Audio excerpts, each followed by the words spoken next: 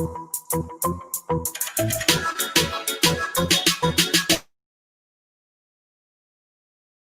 don't need Netflix, you don't need cable. Hop on YouTube, welcome to the hood table, where we chop up local and global events vocally. You don't really wanna miss out on these conversations. Just joke a little, laugh a little, get that wine in your system, fill your glass a little. Expose current events, talk trash a little. You never know, these opinions might clash a little. They addicted to the content, got them binge watching. You don't like it, then you want invited. Bet your friends watching in the house and your job parking lot before you clocking. They don't wanna miss a second of this HT content. Everybody think they got something to say, so it's an open invitation, bring it to the table. But if you come whack, just know we ain't buying in. We gon' probably turn your back and tell you sorry, try again, Yeah, welcome to the hood table. You don't need Netflix, you don't need cable. Yeah, welcome to the hood table. You don't need Netflix, you don't need cable. You don't need Netflix, you don't need cable. Hop on YouTube, welcome to the hood table. Hey! What's up, everybody, and welcome one more again to the hood table. This your girl, Tanya, from the hood table, and we are going to be discussing the Have and the Have-Nots, Season 8, Episode 5, and it was titled A Little Bird. But also, I want to make sure you guys please do me a favor, especially since it's my birthday. Yes, it's your girl's birthday, and we will be kicking it tonight, 8 o'clock p.m. on the hood table right here. So be there and be square. But also do me a favor, do me a solid, make sure you like the video, share the video, and subscribe to the hood table if you're not already subscribed. And don't forget to hit us up on Facebook, IG, Twitter, Stereo, and of course our own personal website, thehoodtable.com. On that note, let's get started, and make sure you put anything you think about the our conversation today on the show, or any of the characters, or any of the storylines. Okay, thank you much. Now, again, this is season 8, episode 5, the Have and Have-Nots review.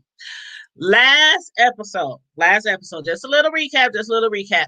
Last episode, Jim was unable to convince his wife, Catherine, to sign over her estate to him.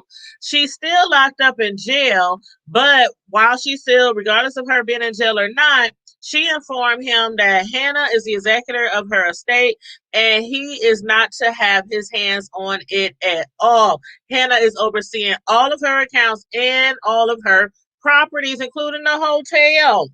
Now, this episode started off with Hannah. She was coming out of her restroom to find Jim sitting right there waiting for her. And in so many words, he threatened her life. He was like, you do realize that if anything happens to you, if you should happen to die, that power of attorney is worthless, right? Hannah was not fazed at the least bit. She was like, if I die, then everything goes to my kids. Now, I don't know how true that is. I mean, I'm sure whatever in her will is supposed to go to her kids. But when she has power of attorney to somebody else's estate, I really don't think that's going to go to her kids. But I don't know, y'all. I ain't no lawyer. So y'all let me know if y'all know, how that would work out. But I would assume that there would be somebody else that would handle the estate after she dies, like another lawyer, attorney, a firm. I don't know, child. I don't know. But anyway, Hannah claims that if she dies, Benny and Candace will inherit whatever she owns, plus Catherine's estate. She also promised to blow his brains out if he ever showed up at the crib uninvited again. Now, that is his crib. That is Catherine's crib. But at this moment in time, Catherine is in jail. Jim just got out the hospital. And since Hannah is over all the estate and Jim and her keeps clashing, she don't want him up in there. So her house or not, she is going to blow his brains out if he comes back up there uninvited again. And I think she'll do it, y'all. I really do think she'll do it. But he responded with, just like a tooth fairy, he might have to come back and leave something under her pillow next time. Now, we know Jim is ruthless, but at the last few episodes, just watching Hannah, Hannah might be a Christian, but as I like to say, even in my own life, I might have been raised up in church, but God is not through with me yet. So on that note, Jim Cryer, don't get knocked over the head just like David did a couple of episodes ago. But anyway, right now, as for right now, nothing is working in Jim's favor. So he decided to make a phone call to Don. Evidently, Don and Jim, they were together in cahoots regarding somebody else's estate. That did involve stuff like mail fraud, embezzlement, money fraud, probably wiretap. Who knows what the hell they was doing? So Jim threatened to expose Don if he's unable to persuade Hannah to give him $500,000 from Catherine's estate by nightfall to hand over to Jim. I don't know, y'all. Do y'all think do y'all think she's gonna be forced? Do y'all think they're gonna push her? Do y'all think she's gonna cave? I don't think so. Me personally, I don't think so. Now, Jim, he's really persistent. He has nothing right now. Like nothing. He came home from the hospital like people come home from jail. Like but bus ticket. Here's a bus ticket. Find your way home, sir. Find your way home. Try not to come back again.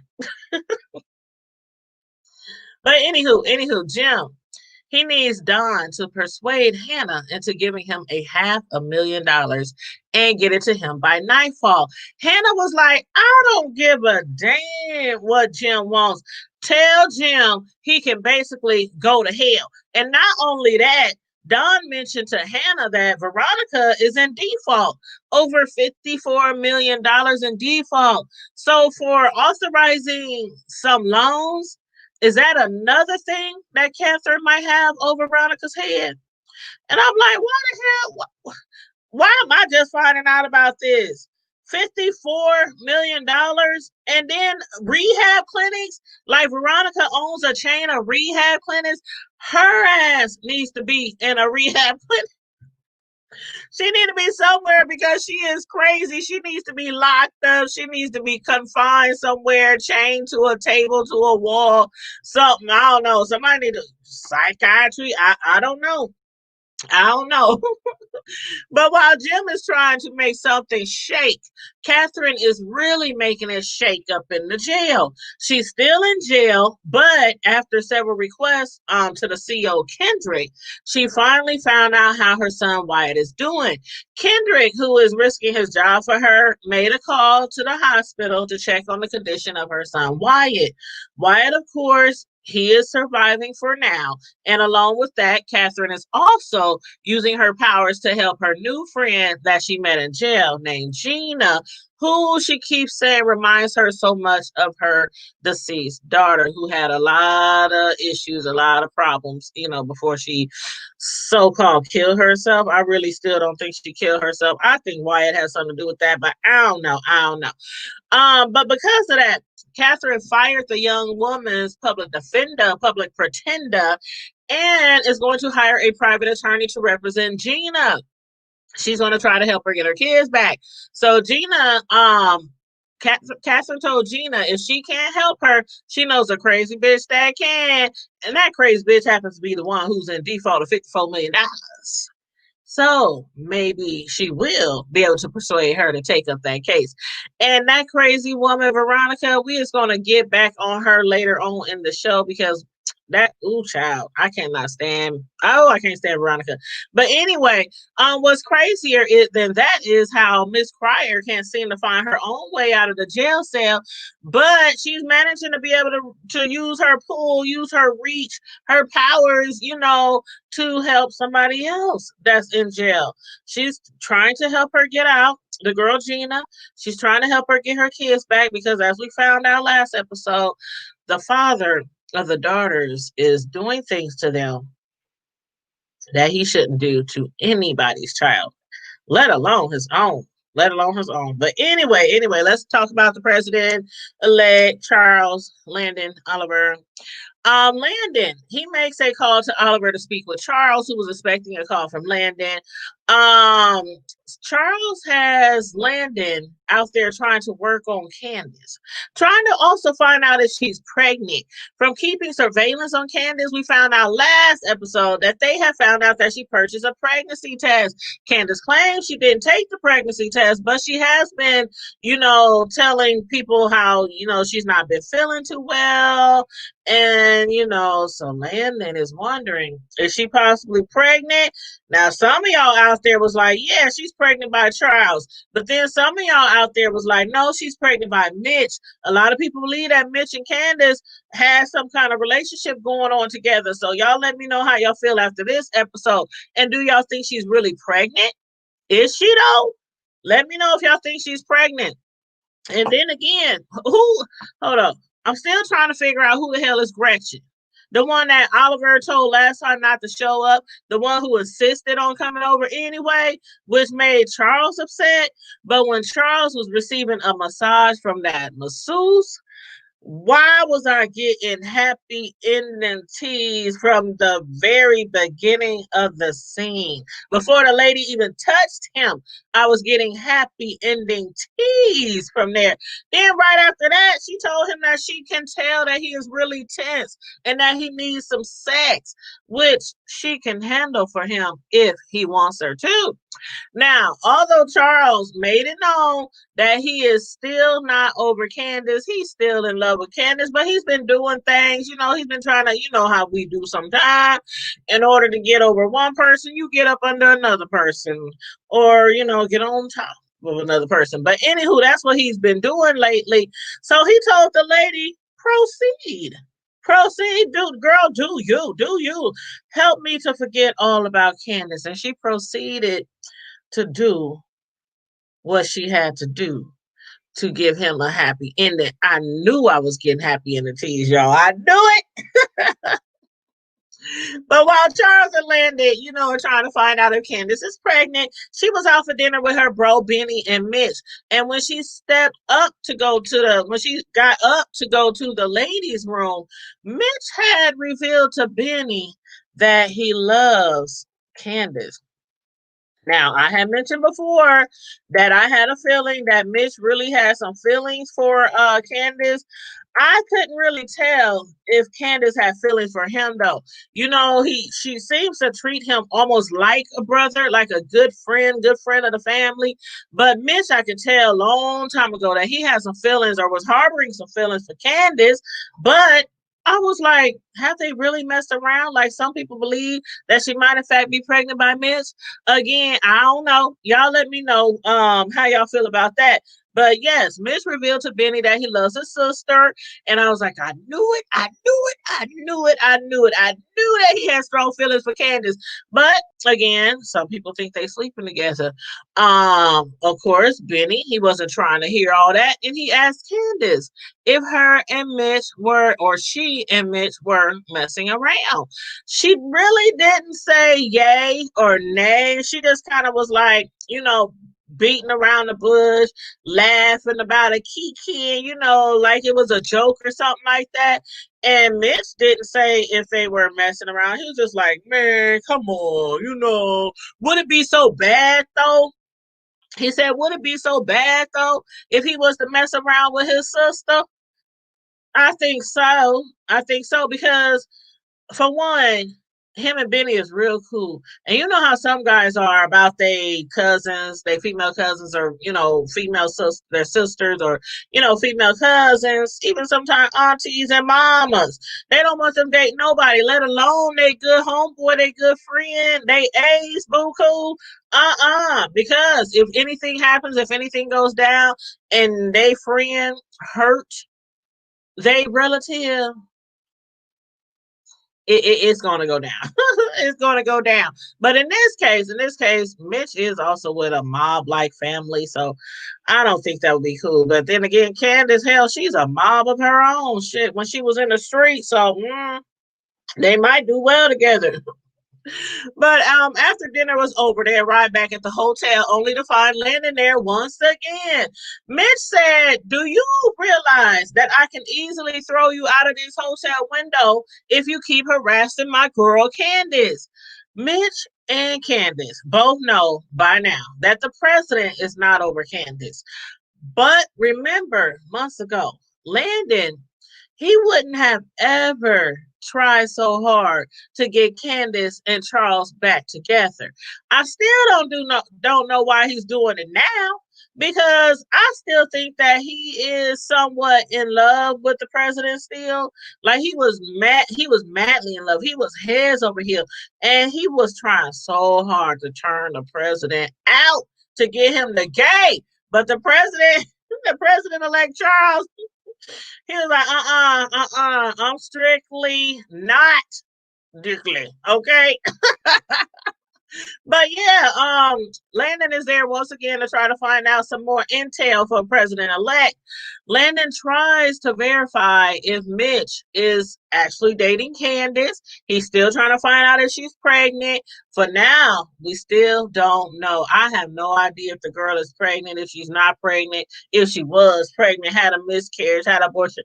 I don't know. Mitch again didn't say yay or nay, but he did agree to have a drink with Landon, which surprised Landon, since Landon is gay and Mitch isn't. But I mean, two guys can go out for a drink, right? If one is gay and one is not gay, what's so wrong with that? I mean, girls do it all the time. Go out with a gay homegirl.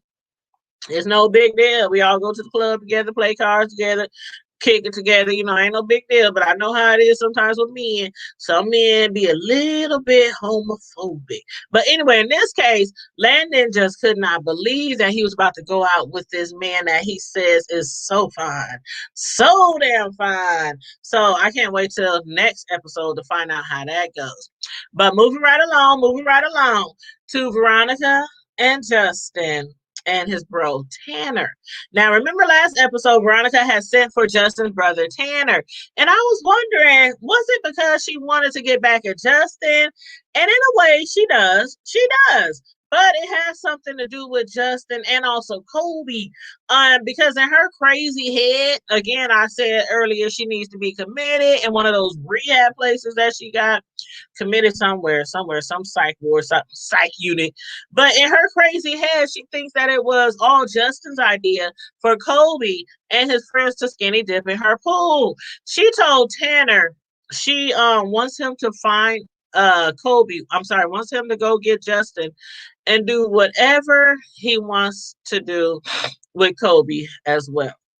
So he's like, do what I want to do with Kobe.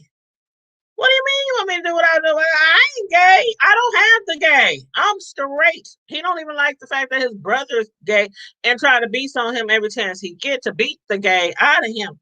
But she was like, no, fool. I want you to beat the brakes off of him. I want you to beat him down, whoop his gay butt for contaminating her pool. She talking about she had to have a pool drain clean and everything because some gay boys jumped in her pool. Veronica is so over the top.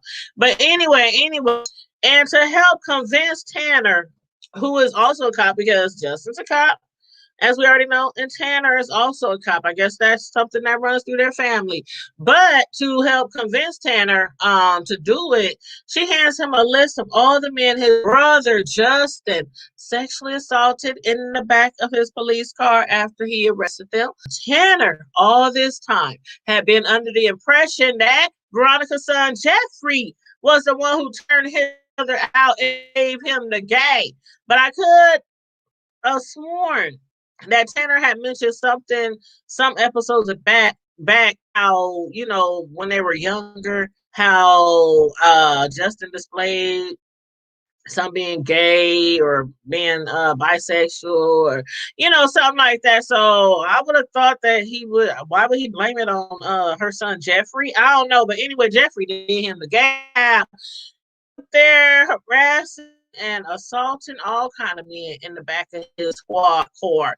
So, like, okay, beat Kobe or Veronica might expose their family tea.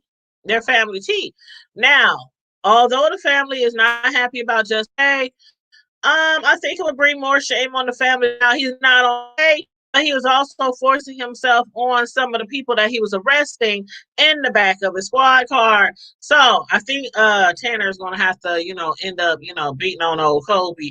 But he has a lot of practice at doing that because he be beating on his brother Justin all the doggone time. And I'm still telling y'all, like I told y'all before, I wish my sibling would try to beat on me like that, the way that Tanner be beating on Justin. And if I was gay, straight, bi, lesbian, whatever, I gives two, you know what? This is my life. I wish you would. I wish you. Okay. You ain't gonna beat on me like that. All my life, I had to fight, and I will fight you too. And I will cut you. I will cut you. But that's what Justin needs to do. He need to pull out a little knife and I'm gonna cut you. I'm gonna cut you. But anyway, y'all let me know what y'all thought about this episode, especially with Veronica and Tanner situation, especially with Candace and Mitch situation, because I swear for a moment I felt like Mitch was about to spill some tea, like he was about to reveal that him and Candace might have been in a relationship. Did y'all feel the same way too when he was sitting down there talking to his boy? I don't know, y'all. Y'all let me know what y'all think about these storylines. And don't forget, like and share the video, subscribe to the Hood Table, hit that notification bell so you'll always know when we go live. Follow us on IG, Twitter, and also Stereo, and also thehoodtable.com and Facebook. And we will be live tonight, 8 o'clock p.m. for my birthday celebration. It's my birthday. It's my birthday. We gonna party like it's my birthday. And we on quarantine. And we had a snowstorm this morning. I'll be lucky if I can get down the street to the store to get me something to drink. I need a bottle. I need some flyers. I need a birthday hat. I did not think it was going to snow today. I had known it was going to snow today, but I could have sworn it was going to snow tonight. I got up this morning and we had inches, and it was still falling on the ground. So anyway, hopefully I'll see some of y'all tonight. Thank you. Wish your girl a happy birthday. And if you feel like donating some little Christmas cheer, feel free to cash app, honey. It's right there on the bottom of the screen. The Hood Table 402. The Hood Table 402. Thank you. Appreciate you guys. Love you guys. Stay safe. Be blessed. Remain vigilant as always and keep it hood. I'm out. Bye.